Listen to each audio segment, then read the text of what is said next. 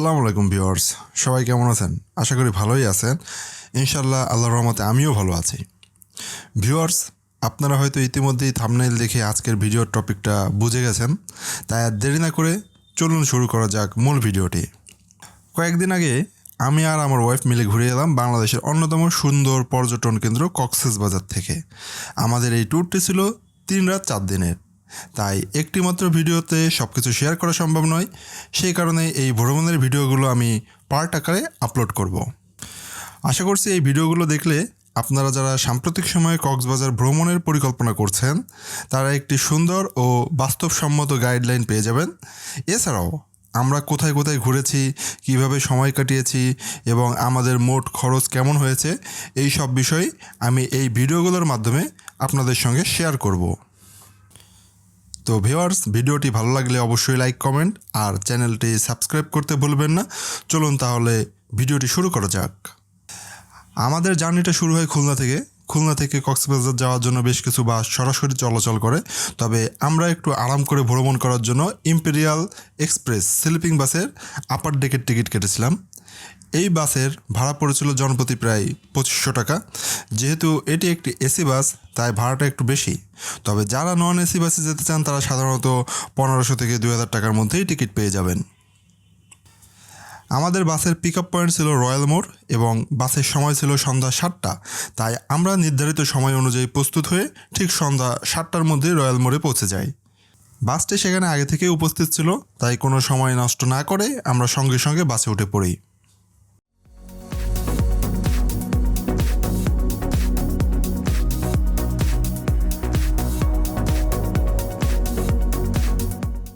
বাসটি যাওয়ার পথে প্রথম যাত্রা বিরতি দেয় গোপালগঞ্জের কাশিয়ানীতে। এই যাত্রা বিরতির সময় আমরা প্রথমে ফ্রেশ হই, তারপর কিছু খাবার অর্ডার করি। অর্ডারের মধ্যে ছিল পরোটা আর ডিম, কারণ যাত্রাপথে বেশি ভারী খাবার খাওয়া আসলে ঠিক না। এটা অবশ্য ব্যক্তিভেদে নির্ভর করে, তবে আমরা হালকা খাবার খেয়ে জার্নি করতে অভ্যস্ত। তো আমাদের দ্বিতীয় ব্রেক দেয় কুমিল্লাতে, তবে এই বিরতিটা কোনো রেস্টুরেন্ট না, এটা একটা ফুয়েল পাম্পে দেওয়া হয়।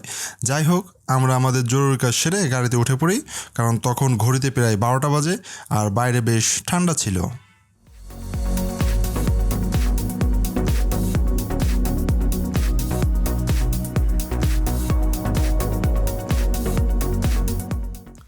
তো ভিউয়ার্স, এখন বাজে সকাল 7টা।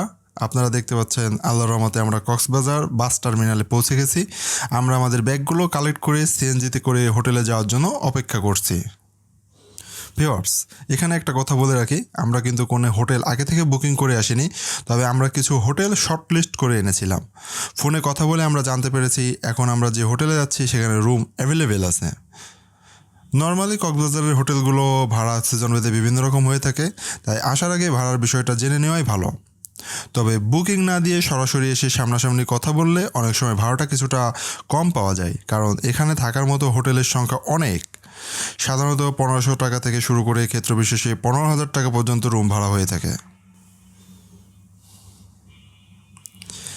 ভিউয়ার্স, এটা হলো আমাদের হোটেল, যেটার নাম লেগুনা বিচ হোটেল অ্যান্ড রিসোর্ট। এটা ছিল সুগন্ধা বিচের খুব কাছেই, যেটার ওয়াকিং ডিস্টেন্স বিচ থেকে মাত্র 2 থেকে 3 মিনিট। আমরা যখন এসেছিলাম তখন আমাদের প্রতিদিনের রুম ভাড়া পড়েছিল 2700 টাকা, তবে আপনারা আসার আগে অবশ্যই ফোনে কথা বলে ভাড়াটা জেনে আসবেন, কারণ আগেই বলেছি সিজন ভেদে ভাড়া কম বেশি হয়ে থাকে। তবে আমাদের দুজনেরই হোটেলটার পরিবেশ বেশ ভালো লেগেছিল, আশা করি আপনাদেরও ভালো লাগবে।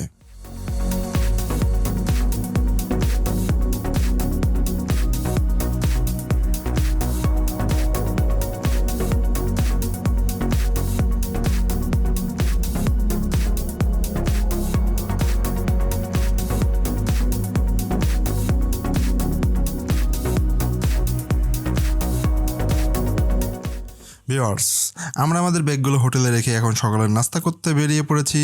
এখন আমরা যাচ্ছি কক্সবাজারের বেশ পরিচিত রূপসী বাংলা রেস্টুরেন্টে। এই রেস্টুরেন্টের সকালের ব্রেকফাস্টটা সত্যিই বেশ মজার। আমরা খিচুড়ি আর গরুর কালাভুনা অর্ডার করেছিলাম। খাবারের সময় আমরা আর বেশি কথা বলছি না, আমাদের পরবর্তী অ্যাক্টিভিটিগুলো কী কী ছিল সেটা দেখতে অবশ্যই পার্ট 2 দেখবেন। আপাতত এখানেই শেষ করছি।